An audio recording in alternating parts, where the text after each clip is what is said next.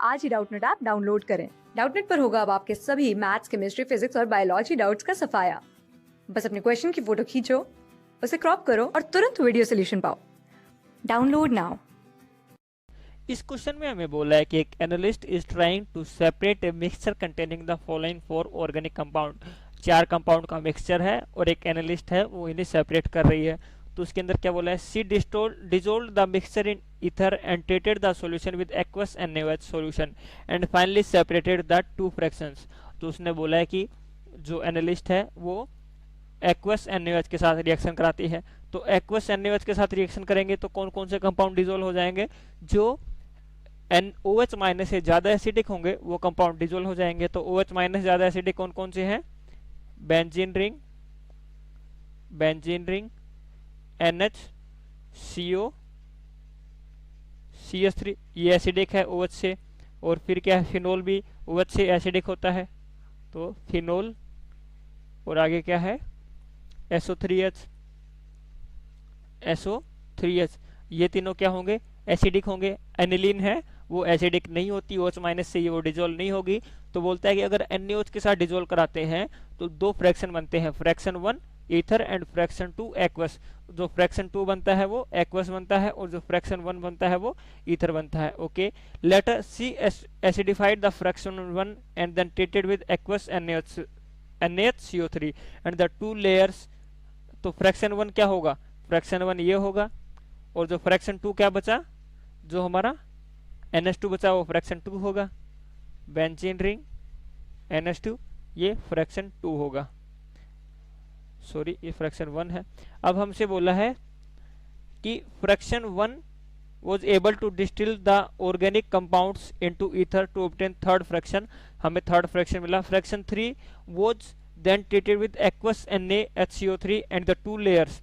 अब फ्रैक्शन 3 क्या होगा, हमें बोला है कि फ्रैक्शन 3 क्या करता है, फ्रैक्शन 1 को हम डिस्टिल कर देते हैं ऑर्गेनिक कंपाउंड के साथ। तो अगर हम ऑर्गेनिक कंपाउंड देखें तो SO3H और फिनोल क्या होंगे, एक में आएंगे और NHCOCH3 डिफरेंट फ्रैक्शन में आएगा। तो हमारा फ्रैक्शन 3 क्या हो गया, अगर हम फ्रैक्शन 3 देखें तो फ्रैक्शन 3 क्या है, बेंजीन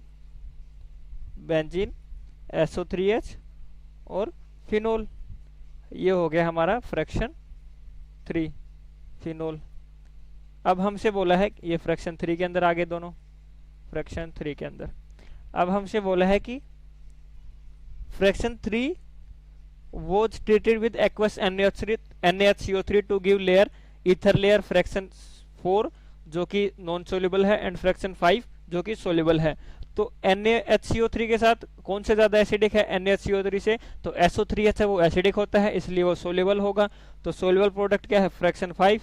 तो ये फ्रैक्शन 5 है क्योंकि जो SO3H है वो ज्यादा एसिडिक होता है NaHCO3 से। और जो फ्रैक्शन 4 क्या है, ये फ्रैक्शन 4 होगा क्योंकि ये कम एसिडिक है, इनसोल्यूबल होगा तो ये ईथर के अंदर मिलेगा। तो ये फ्रैक्शन 4 हो गया, फ्रैक्शन 5 हो गया। अब हमसे बोला है कि fraction also fraction 1 was treated with aqueous HCl। अगर फ्रैक्शन 1 को HCl के साथ ट्रीट करते हैं तो क्या मिलता है, 2 layers, fraction 6 and fraction 7 was separated। तो अगर हम HCl के साथ रिएक्ट करेंगे तो फ्रैक्शन 6 और फ्रैक्शन 7 मिलेगा। तो HCl के साथ सोल्यूबल कौन सा होता है, HCl के साथ SO3H और OH है वो सोल्यूबल होते हैं और NaHCO3 क्या होता है, इनसोल्यूबल होता है। तो फ्रैक्शन 6 क्या हो गया, NaHCO3। अगर मैं आपको दिखाऊं तो इसके अंदर देखें तो फ्रैक्शन 6 क्या हो गया, जो इनसोल्यूबल है। तो इनसोल्यूबल क्या है, NHCOCH3, ये इनसोल्यूबल है तो ये फ्रैक्शन 6 हो गया। और फ्रैक्शन 7 क्या हो गया, जो बचा हुआ फ्रैक्शन है वो फ्रैक्शन 7 हो गया। तो फ्रैक्शन 7 हो गया OH plus benzene ring SO3H, ये फ्रैक्शन 7 हो गया। अब हमसे क्वेश्चन पूछे हैं, फर्स्ट कौन सा है, what is true about the species left in fraction 4। तो फ्रैक्शन 4 देखते हैं, फ्रैक्शन 4 कौन सा है, फ्रैक्शन 4 है फिनोल। तो हमें फिनोल के बारे में पूछा है। तो फर्स्ट स्टेटमेंट क्या है, it is stronger acid than carbonic acid. बिल्कुल गलत है, जो फिनोल है वो वीकर एसिड होता है, कार्बोक्सिलिक एसिड है, क्योंकि कार्बोक्सिलिक एसिड है वो सबसे स्ट्रॉन्ग एसिड है कार्बोनिल कंपाउंड में, कार्बन के कंपाउंड हो उनके अंदर, ऑर्गेनिक कंपाउंड के अंदर। तो ये स्टेटमेंट गलत है। नेक्स्ट है, it is stronger acid than water, ये स्टेटमेंट सही है, जो फिनोल है वो वाटर से ज़्यादा स्ट्रॉन्गर होता है। नेक्स्ट क्या है, it is neutral to moisturize litmus paper, बिल्कुल गलत है, जो फिनोल है वो एसिडिक होता है इसलिए वो लिटमस पेपर को रेड कलर में चेंज करेगा, तो ये स्टेटमेंट गलत है। It can not be extracted into aqueous BaOH whole twice solution, BaOH whole twice क्या है, बेस है, और फिनोल क्या है, एसिड है, तो ये एसिड बेस रिएक्शन होगी, लेकिन ये बोला है कैन नॉट बी एक्सट्रैक्टेड, तो ये गलत हो गया, तो ये स्टेटमेंट गलत है। तो इसके अंदर कौन सी स्टेटमेंट सही है, सेकंड स्टेटमेंट सही है। नेक्स्ट क्वेश्चन क्या है, fraction 5 on acidification followed by distillation will give, तो फ्रैक्शन 5 के बारे में पूछा है, तो फ्रैक्शन 5 कौन सा है, SO3H, तो आंसर क्या हो गया हमारा सी, तो फ्रैक्शन 5 है वो है हमारा सी ऑप्शन। अब हम नेक्स्ट देखते हैं, the species left in fraction 6 is, तो अब हमें फ्रैक्शन 6 के बारे में पूछा है, तो फ्रैक्शन 6 कौन सा है, NHCOCH3, तो आंसर क्या हो गया ए ऑप्शन, तो ये हो गया हमारा आंसर। तो हमने तीनों क्वेश्चन के जवाब दे दिए, थैंक यू। क्लास 6 से 12 से लेके नीट, IIT, JEE मेंस और एडवांस के लेवल तक 10 मिलियन से ज्यादा स्टूडेंट्स का भरोसा।